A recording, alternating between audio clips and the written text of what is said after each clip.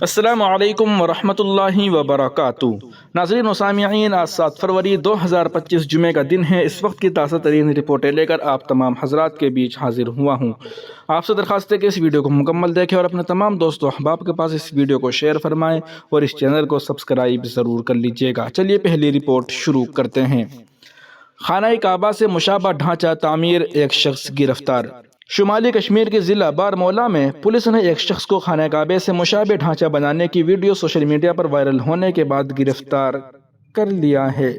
سری نگر، شمالی کشمیر کے ضلع بارہمولہ میں پولیس نے ایک شخص کو خانہ کعبہ سے مشابہ ڈھانچہ بنانے کی ویڈیو سوشل میڈیا پر وائرل ہونے کے فوراً بعد گرفتار کر لیا۔ گرفتار شدہ شخص کی شناخت عبدالرزاق لون ساکن واری پورہ کنزر کے طور پر ہوئی ہے، جس کو عوام کی برہمی کے بعد حراست میں لے لیا گیا۔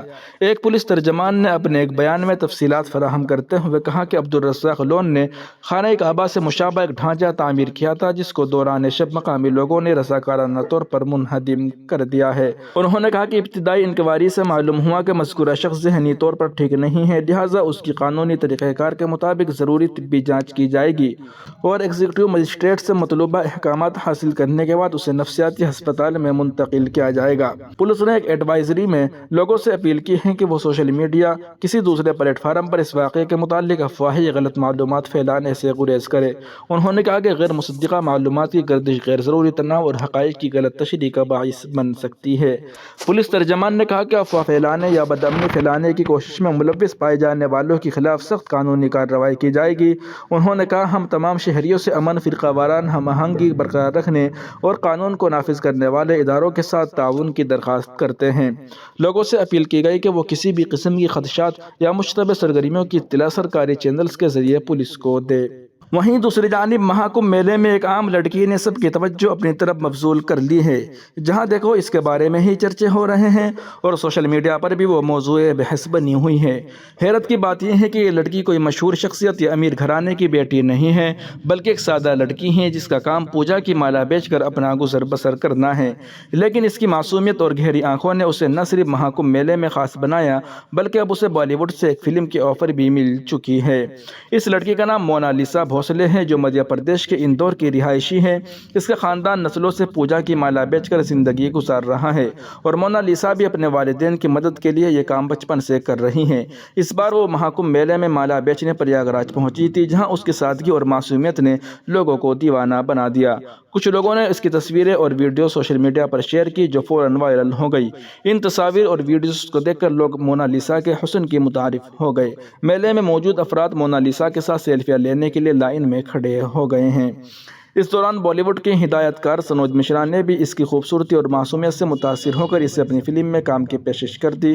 سنوج مشرا نے کہا کہ وہ اپنی فلم ڈائری آف منی پور میں کسان کی بیٹی کا کردار نبھانے کے لیے مونالیسا کو موزوں سمجھتے ہیں۔ انہوں نے یہ بھی کہا کہ وہ جلد مونالیسا سے ملاقات کریں گے اور انہیں اداکاری کی تربیت دے کر فلم میں شامل کریں گے۔ سنوج مشرا کا کہنا تھا کہ وہ کافی عرصے سے ایسے کردار کے لیے ایک معصوم چہرہ تلاش کر رہے تھے اور مونالیسا ان کی تلاش کا اختتام ثابت ہوئی۔ اب دیکھنا یہ ہے کہ سادگی اور معصومیت کے بل پر شہرت حاصل کرنے والی مونالیسا بالی ووڈ میں اپنی جگہ کیسے بناتی ہے۔ وہ وائرل ویڈیو جو ابتدا میں کمبھ میلے میں اس کے کام کو دکھانے کے لیے بنائی گئی تھی، اس کی شہرت کا ذریعہ بن گئی، لیکن یہ توجہ جلد ہی اس کے لیے ایک بوجھ بن گئی، جس نے نہ صرف اس کی روزمرہ کی زندگی کو متاثر کیا بلکہ اس کے کام کرنے کی صلاحیت کو بھی شدید نقصان پہنچایا۔ فی الحال مونالیسا اپنے گھر واپس آ گئی ہیں، پریاگ راج کے شور و غل سے دور، لیکن اس کا مستقبل غیر یقینی ہے اور اس کی وائرل شہرت ابھی پس منظر میں موجود ہے۔ بہت سارے لوگوں کا کہنا تھا کہ مونالیسا مسلمان ہے، لیکن اس کا صحیح جواب ابھی تک نہیں مل سکا ہے۔ کیا مونالیسا مسلمان ہے؟ اس کا جواب آپ کمنٹ میں بھی لکھ سکتے ہیں۔ وہیں دوسری جانب بڑی خبر آ رہی ہے کہ بہار میں امام پر پولیس کی وحشیانہ بربریت، مجھے بہت مارا گیا، داڑھی نوچی گئی۔ مظلوم امام کی فریاد، پولیس کی بربریت پر تیجسوی یادو کا سخت رد عمل، مجھے بہت مارا گیا، میری داڑھی نوچی گئی، مظلوم امام کی درد بھری داستان۔ بہار کے مدھوبنی ضلع کے بینی پٹی علاقے میں مسجد کے امام محمد فیروز پر پولیس کی وحشیانہ بربریت نے پورے صوبے میں غم و غصے کی لہر دوڑا دی ہے۔ واقعے کے بعد جب بہار کے اپوزیشن لیڈر تیجسوی یادو ان سے ملنے پہنچے تو امام محمد فیروز خود پر ہونے والے مظالم کو بیان کرتے ہوئے زاروں قطار رونے لگے۔ یہ دردناک واقعہ 29 جنوری کو اس وقت پیش آیا جب پولیس گاڑیوں کی چیکنگ کر رہی تھی۔ امام محمد فیروز اپنی راہ سے گزر رہے تھے کہ پولیس نے انہیں روک لیا۔ جب وہ چند قدم آگے جا کر رکے تو پولیس اہلکار ان پر ٹوٹ پڑے۔ انہیں نہ صرف بے رحمی سے پیٹا گیا بلکہ ان کی داڑھی نوچی گئی، انہیں دہشت گرد کہا گیا اور اسلام و اللہ کے خلاف گستاخانہ الفاظ کہے گئے۔ امام فیروز نے روتے ہوئے تیجسوی یادو کو یہ سب بتایا ہے۔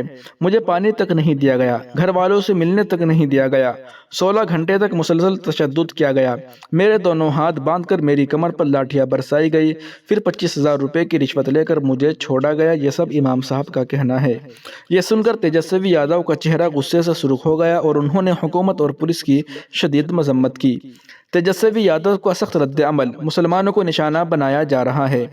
تیجسوی یادو نے اس واقعے پر سخت رد عمل دیتے ہوئے کہا، یہی نیا انصاف ہے بہار میں، جہاں قانون کے رکھوالے ہی قاتل بن چکے ہیں۔